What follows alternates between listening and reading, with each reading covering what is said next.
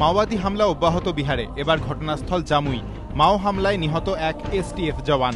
বৃহস্পতিবার রাতে জামুইয়ের সেরা থানা এলাকায় একটি নির্মীয়মান ক্যাম্পে প্রথম বিস্ফোরণ ঘটায় মাওবাদীরা। বিস্ফোরণের জেরে ব্যাপক ক্ষতিগ্রস্ত হয় নির্মীয়মান ক্যাম্পটি।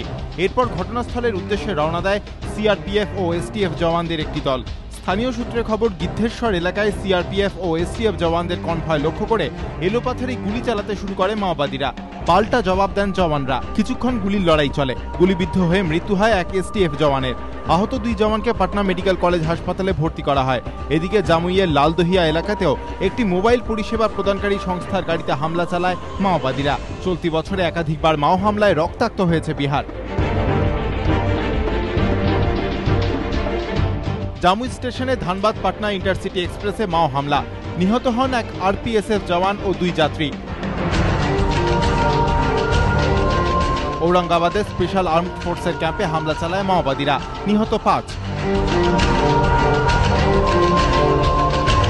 গয়ায় মাও হামলায় নিহত 2 পুলিশ কর্মী। এসব ঘটনার রেশ কাটতে না কাটতে ফের বিহারের জামুইয়ে মাও হামলা।